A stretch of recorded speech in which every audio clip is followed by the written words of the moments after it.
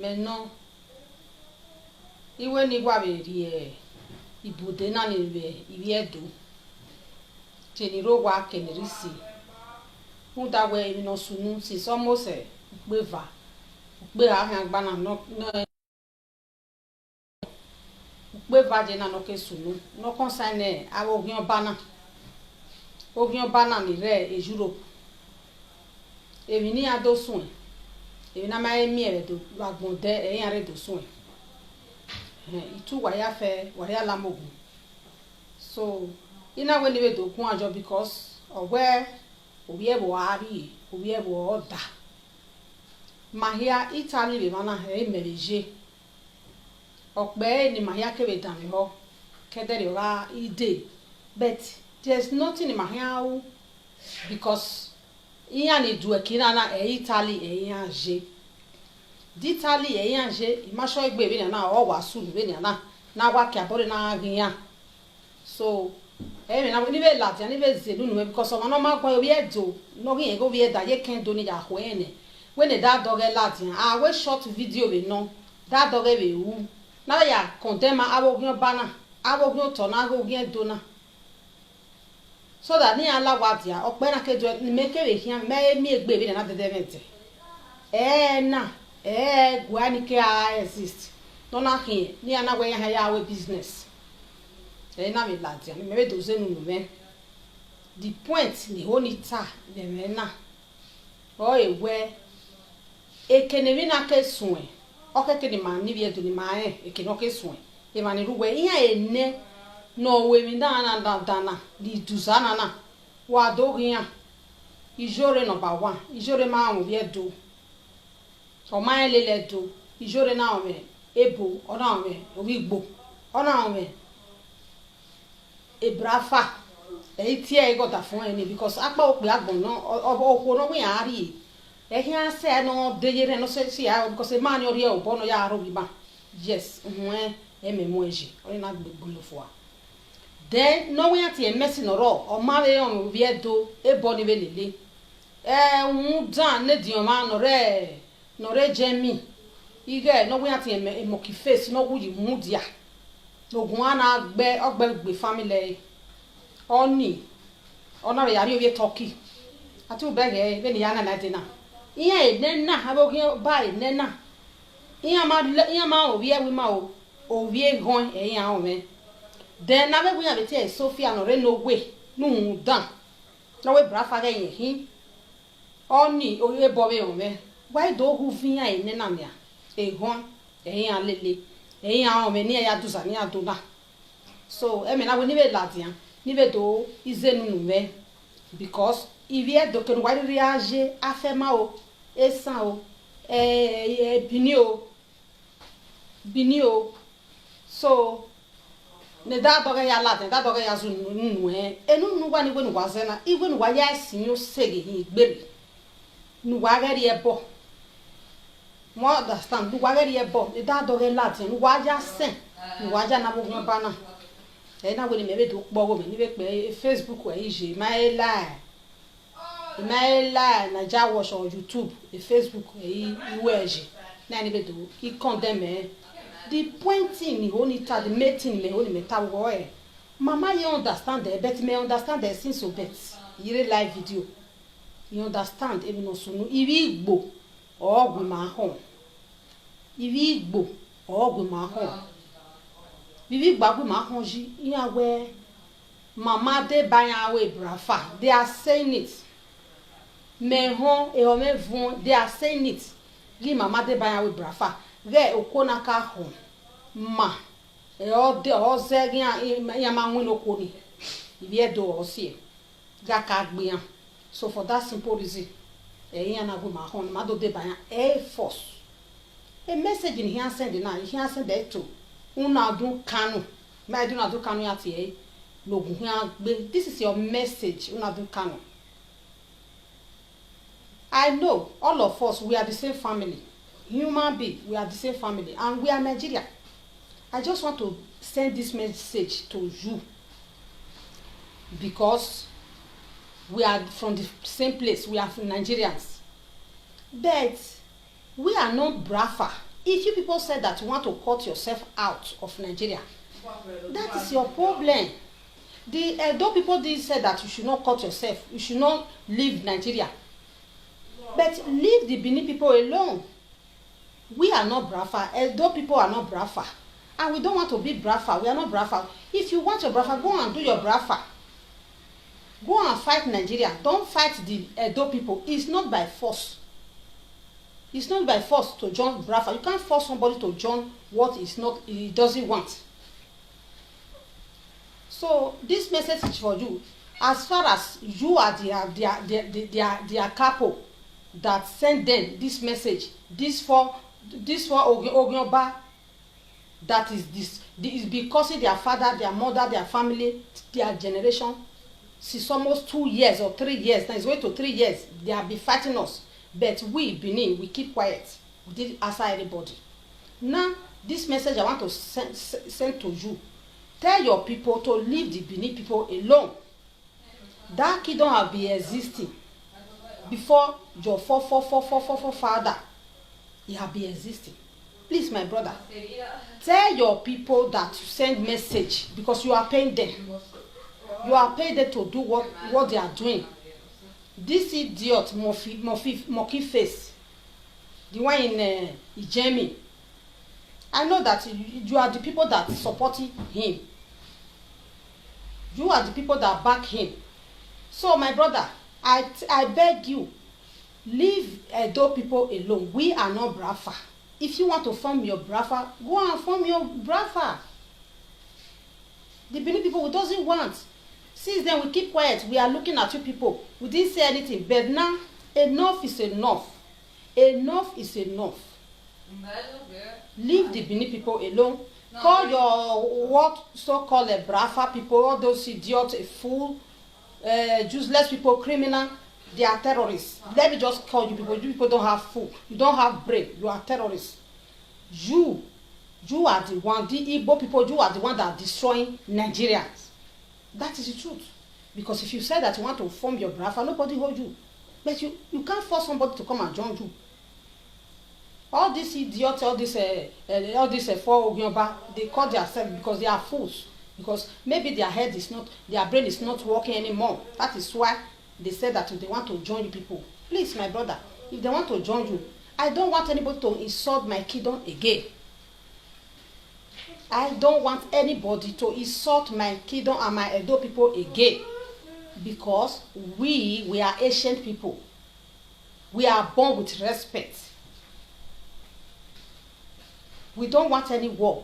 We don't want any problem. We are believing in peace. Please, leave us alone. Leave the Benin people alone. The Edo people alone. All over the world. Form your Brafa, my brother.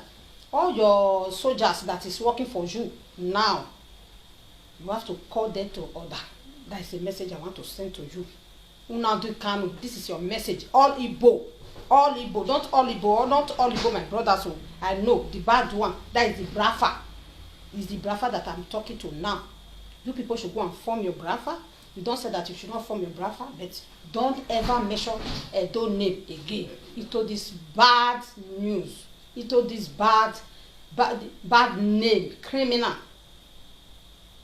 You people are criminal. You people are mafia. You people are terrorists. You people are fools. We don't say that you should not form your Brafa. You should go to hell and form your Brafa and burn to ashes. That's not our business. This is the only thing I want to say. If you have the news of Emini when it up one here, no social media system. Wama no sunu. Emi no sunu okay no wan ekele point ahia gbina yemi ekele bi kesun ke gbina yemi. Why there was investigation where even na bona jebe ni na abie ma na all way because emo fi face o ma mwele o we Brafa eyin nana ani akole there's one man no call one day from US.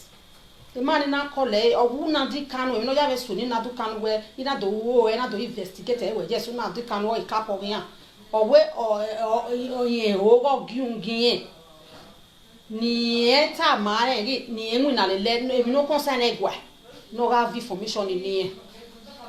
So anything not like in aga idelo ne no ya so anwena e boy na we he yo eri me ya we una di kanu or sponsor yan na ya fefefe, and that is the truth which people don't understand. People are just beating around the bush, fighting yourself, fighting this one, fighting. No, we have to start for a point, because they are too small to fight with many people. Those two idiots, they are too small. Is somebody, is big people that is sponsoring them. Iyan is sponsoring Iyan. Metana o yi gbo brafa. Ogun ma gbe na. Let wa yan kada any wa da, je be no gije na wa lawo. Wa mo ebo gbigbo. Wa mo ebo gbiyan. Ni aju mu ya bi ho emi. Ogun no ka gbiyan ke ni ge brafa. Ogun no ya de gbe gbiyan now, because àwọn ogun eyin àwọn yan kin. Kiyen kan ogun be ne ni afio latiana. Àwọn ogun yan yan yan gele yan. Yan yan ne. Variana. Sisi yan we na gwa ni ke are ba yan gbegbe oko edo. Ka de gbagbo de le gbe oko yan. Ogun oba yan ne na yan ne no. E mo fi face ijo re yon soin ijo ro soin tu wa man wa be mi e video ya reba document ya ijo ro soin ijo re ma no mu mo fi face ni ai va na we salt and water ya so mi na ni aje na ijo ro soin yen ga ro rige me no su no e me bi eni go e ona ya ki oge no do se zo ni ai va ni go se ni ai va o ni na so ijo re gi gwa le bi no ya mai go me mu na ma so say ya ifa ka ya ifa salt and water ministry ya ga do ijo ya so ijo re so na ijo re number 1 o gan ba, number 2 ona mo fi face, number 3 ona Mexico, number 4 ona wa Sofia dan amwe ba have those shape, the ugliest girl, the ugliest woman in the world, woman ni oye be chipaze hu agbe onu emi we ni tam won wa lawo wa ya ko boku gbe esan o edo Bini people ora o afema o keke ni wa irigage wa ya ladia ta do we video wa mu ebo gbin ana, because ami arun pa na sero ohun sise na mu gbin awowa iya wo ma ewe yan ro pa iya agogo ya wo ma we yan ro pa da do ge ma ya ni village Europe na wa ki ba ku boku gbe ni wa we ti ebo ni ya wa ya ladia wa mu ebo gbin o ha sin yan gbe, but okpa no we ni evanu we ni tawe gbe a uto ne ebo gbojujo bi ogun o pe dididididi ebo ni na no ni agogo ji ijore no bi omoze logun agbe nona we emerima egin ba ijore ga iwe mi opa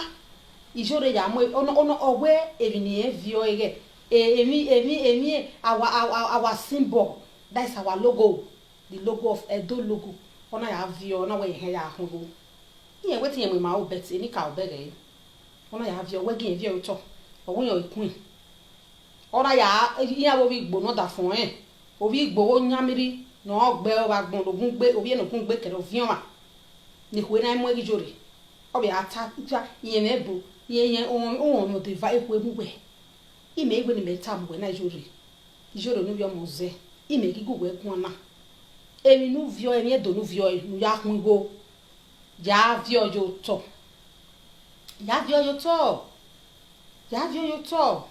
wo ijore wo God of ijore when God ume ya vio to ije sigeri wo we mu ni our queen mother we vio ni wo ya kun go wa iwene udo aswenia wa aswenia iri abi ofen iri abi enye iri awu iri ahu papa wa ga iri caterpillar hin laja wo ni sian iri abi ologbo iri esage pe laja wo swenia iri ma swenia eyo wo be wo ni ne oni ma swe una be gbe ri ono o gbe mama en no soro a ma ni ma ewo ya me ya so ni because me gbe igewe the important one oro e pikiri e fa about you, because yen ke no mu di age why you believe or bo no, you are not a Christian. Let me tell you are not a Christian. We Christian eran e ulo evan ni pe nu we ni South African we jo ujere we we are ancient people. We the Benin people, we are ancient people, the cradle of black civilization ati mai ma create civilization, black civilization. Ma the black race in the world. Ikidoni akekpa. Any place, Africa country where you got it, where you don't need a way in way, you are working to na. Jure, egba enwe. Egba, who de beje, beje. Ete de egba enwe. Iya give born when you are where. Iya ga iti, where member we, iya igwe iriono. Ijore ga sokpe. Uga ibe iya iti, when una be when you have attack where eri maga tokpe. O we mama mi no suwa. Mama mi no sunu. Wa is yes we nu we yes we eri ma la rejori. Ave si egwa bata ekme ha. Ave si egwa bata ekme ha. Who was Ijore one of Paris? Okay, who is Ijore one of Paris? As well as those who are when I did you gig banana, when I had you bokuta no say when we are Jena. He make it time way. He say warning to you. Emi guanu vioi, no yakungo, a vioto. Emi a queen in no vioi, a queen's every queen man no vioi, no yakungo, who are yakin bo, who will fall. Who ude de nye ugwo ya to mu na anywhere oge no ya vi oto unwera unweje unwe family era bi juwe ya wulo na bi era bi juwe family we ro no wulo na re mi eni o ye ni ka ogugwe eni o ye ni ka ogugwe eni o e mo ma be we go important ime egbe ni meju we na du ma je school ugele ku ma finish primary 6 ime gita mu we na we ge even we vio ni. It's an ancient something. That even where it belongs to even it protected United Nations. When you're in United Nations, the whole world all protected. You are not supposed to have your amasa nenwe do masa nenwe egwa masa nenwe when we are ya nudo mweve webo nudo ya supon nudo avio ye po nudo ya ineru no ma nudo ya wono na agio nobody no gio. Una ya vio una we oluhe ya ngo wa ya hi oduhu imegita mu we na we a logo o do no ya vio to is United Nations property. If we want to make case with you Ijore ime we me hu we royal family ime ma hu wa agewe because egbe bi no dagele lu na do gun latian if your ba vio the royal daughters ya vio ya okun ya we ya ne ya we ya bet. But the law, you don't try it. The logo we no. You are at Ijore. Do my school when you explain my when we have you evening. You drop you talk. You drop you mugele no ya muguru. Igele. You may me one who get ya mo no go give you a problem. It's a problem for you. No ya mo what to bo he gbo queen. We are making no kere ovie ka queen. Let me just say ovie ka do vie do hu. Emi we una we. Ovie ka e hu. You have your talk. We Benin all over the world. We are prince and princess. Edio Benin. Dio ye do all over the world. Orao, Afemao, Edo, Esako. They are prince and princess. Of that kingdom. So we are special people in the world. So you are disgracing us, you are insulting us. Do my because there's nobody no like no do hammer when the meaning of what you are doing. A France in where you are. Oba ni aga ni. Maybe you're being they respect ni eri o ma ya vie logo okay France or if you're back anybody or la you have your ya go osunu we France where you are. Sunu una we vie do o vie do ya vio o vi gbo ona hama we no ya vio do vie mi ma we wa vie ya we business Ijore when ya mu ma gboto eri so abo ya mo we gboto eri ni ka ya mo we gboto eri emi do ya mo we gboto eri egun bogun na ya mo wa gboto o bi o buy de na e mo fi face e monsieur Coco bo bunya beti wa Sofia e ni ka o kin abafi e be do wa ho ere buda no gyobu e itie edene na ina we de buda no gyobu not you one muda even wado aga wa wedo e o mai sun dedemede o mai sun dedemede imegita bwana nya gwa enena niswe ni ena awo yo bana keke ni wariri aje e ma no gigi wa o a o no gi ho o e ho no ho e o a o no bege e o benu wa ya sumani o unu gwa no we o ko bo no gbeni mi gi wa o ko be no we wa hian wa hian wa ya kan lo do pa wa ya la and the family wa kere e mi no sunu bi ko kan sunu da family wa e family wa e wa mu ya je me eti o wa mu ya je ona mi ru we ni na mi wa e ru na no wa aga ru wa o be ru ya si o ba lo ibi edogbe ogun agbugwariana o gbugwariabe e mi du agbugwariana o gbugwariabe o kware ga agbugwariana o gbugwariabe ogun obogun ngene agbugwariana o gbugwariabe e din do agbugwariana o gbugwariabe emi no ma dele gbe soke ni waje e bebi wa kan mi emi na ya nya gbona dele gbe soke ni waje si gi owo wa ariana riabe ngwa e wa ya mo mi wa mama ibe mi no luware da me wa ki o otutu wa ki o ekeni wa kere o nobody no na do ni ki areba na gwa ni ki areba wa ra bo hin emi no du wa se wa ya ha emi wa like se e wa ya ha umi me wa nyi na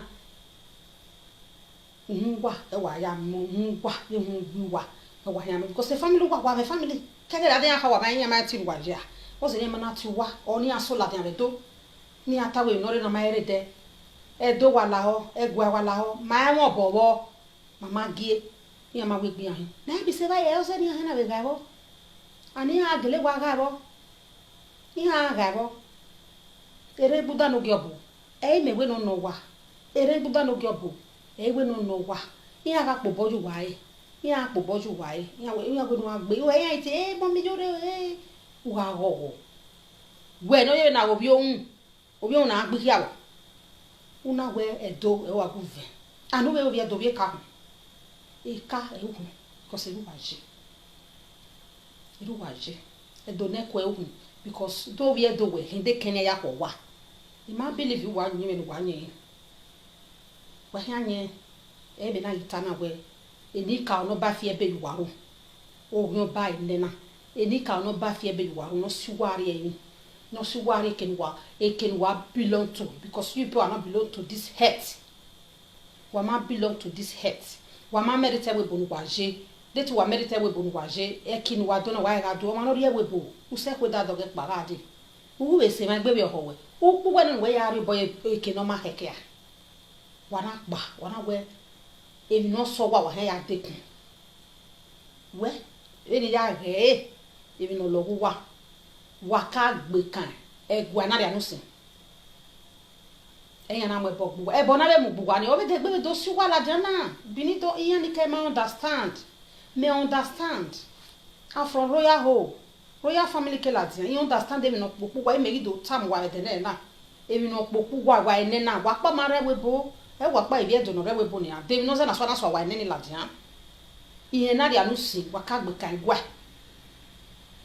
e o de gbe do si wa ladian na de le gbe awo ma no wa hin no wa na ladian anu wa ya ta ariana wa na we gwa wa mu da nu wa ya ta e do mai ho ko ni amana mo bonya ka gade o ko na ti ma ho ma le no ko e do le no ko awa e do le no ko ke wa an e mi re na mi ha no e o ko fone kere no and you people will suffer it wa wa ya to ijore wa wo wegbe ari wa emi o pa yo ni time your message now la wo wo ye vie ba ye gin wa wa e wo like yan o wo be yan ni go ni connect no wa e wo like yan emi na wo ya wo do ari e do nu ja sign bo we nu ja mi yes gi e do na gi wo hu we ari e do nu ja sign bo u ga ni sign bo ni ne do u sign bo my gwa you are free and the why you learn it I have vote I gbọ́ ma be gwa ni I gbọ́ ma ba yen o mo e agbo ya ke ma ya hin wo azan wo so any ti o I gbọ́ ma wo wo ari e ba wa iwe mi no keke nu ne tu ga ya de vie ba enu ja ga u ya we se ni ma be do no problem we are welcome the Edo people we are welcome you beto we my zo my we ri opanu wa ya we ri ebo gin abeto wa ya mwe ba ni ani ae jore lare my win we u et yan ni ke ni ta lo social media yan wa ndo no yan my point ni we me pot e me gben yi wo hun yen mi nu mi we wa we ri ebo ni wa we ri gin a una ya zesinia una muize una gbeni wejo una mu picture we una wo god of ijori una ya have your name why evi ro pa wi bi edu esunu be gbin a evi ro pa esunu da nwe e wa ya mo bi ya nu ama because una guko egbuko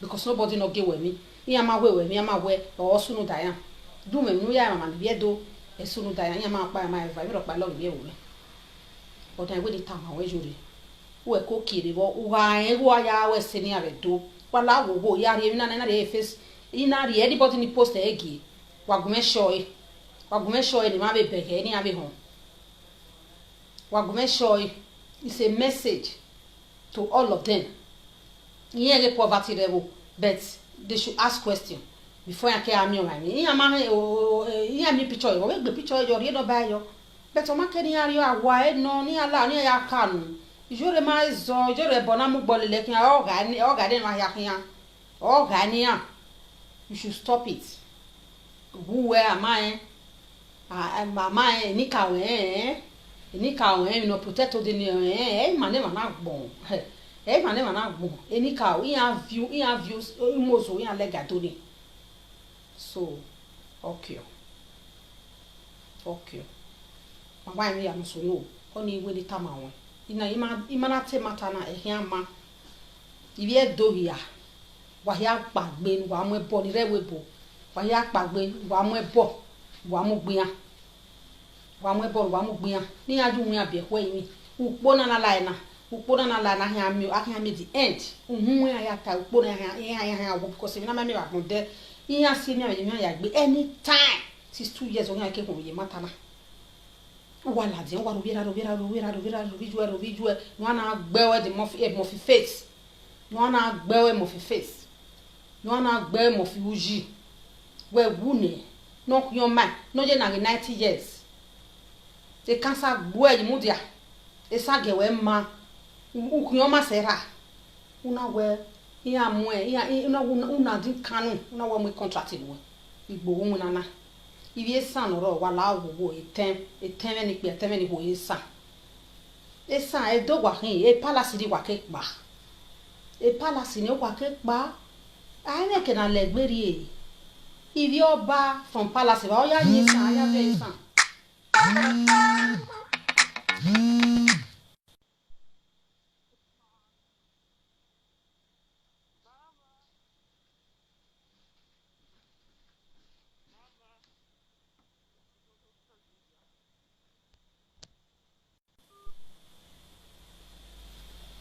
la chole vi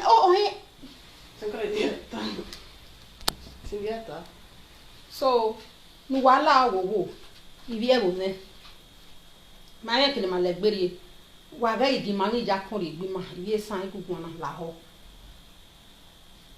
e no gi nu wa me odo ti me gi ta mu wa na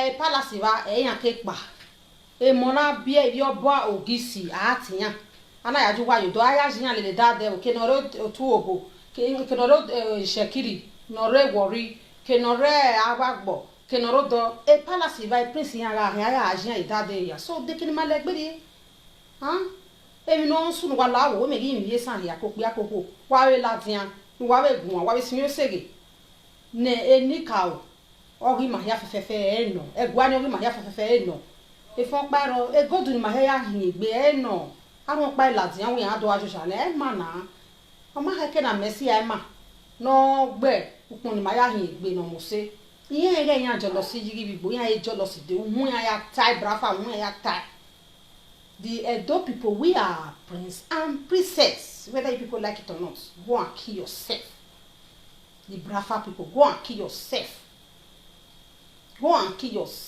it can pay. We are prince and princess. Leave us alone. Brafa people. You are the one that started this war. Wala wo ibe san. Wala wo. Imegi inya. Okpa ma ya hin. Na nya kele malegbere because a prince aya emu yote san no. Otese soro ni ani e minoro to vanero ogbero da devil ya eya re ba ya sero ya eri obeje be gori eri obeje be ya. Ngwa ya egbe kera na imi ada be benine. Egwa ba nya ke ya je o ibi obogisi e wa hin. E wa hin. Mene princess o wa kwana. O wa hin wala wo wa ga ko boku be zo e ma wala wo imegi imi a eri ma no ya lava o wege la egbe ma gi egbe o egwa. He's a young man. He's a young baba. For my young man, wala waga give her stress. Waga give her gwa stress. Ma we one when my hair all over the wall. No man wa error. No man wa error ne wa hero mo no gbera 18 years ne your mama na agugwa no when ya am problem ki wa. Wagi ma lu enwa ni ma ya iwe mi ya eni ya. E boze disturb. E we ya no. E we ma traffic you. Oh no, we ma traffic you. Ona wo ma. Ona we. E stress any yahin on my family on my equal on me ya okedo gba ogedo o too much igberu wala awowo wagi ma be lu enwa ni ma be zi o ma ni bere webo emi ga bere ma to be ma be simu koko na ga me kasi problem ni be je ba because the problem is too much me na yi me bi sana ni ala awowo ibi obogi se gwa ni wa ya ke pa wa ma yo be ron wa ya ke pa na ko boku gbe na solve problem anything no sunu wa side na ni ya wa mu gian ro wa ni a solve ma be ma cho we se na gi omomo awu mu dan na ogi obana ogi dona ti ma ayo wa le antin be ti ni ka o be ti en du kene so ge to won bogun gene okwa ahun agbiyan eyi do kan ba fi ebe yan o kan agbiyan ya mo ni ama eyi do kan agbiyan ogun kan agbiyan o to kan ara no mi ai ije no bi ma na o to na ona bia mo na bi ho o kan na ya anwa me ho na la yan gbe na bi we o to bo na han asin yan gbe bo na ri me gbe han asin yan gbe ya ga ri ba no ko to bi o kan asin yan gbe aso ane avana owe ane ni ama sei ne ere guda no gyobo me we no bafie be yin awo ina we no bafie be yin awo no siare ni ama na sei ne we no siare ni ado ta ebi no kan gwa ni ado ta wala wo so ya stop we mana wala we san wa gie a message na wa gie wala email ya e Facebook me na ewe wa try wala wa kuma share anybody no hey wa kuma share no say ma ya bo wala wo da doge sin yo se ge mu ere mama akwa ma eva ya le jemi when ya be lati ani da doge be wo ge de kini ya be se bo ma mo bowo wa le lati wa ita wa be wa mu ebo gbin na ya en we just wa gele mo bowo wa mu ebo gbin muda eti ni asi otun mo chi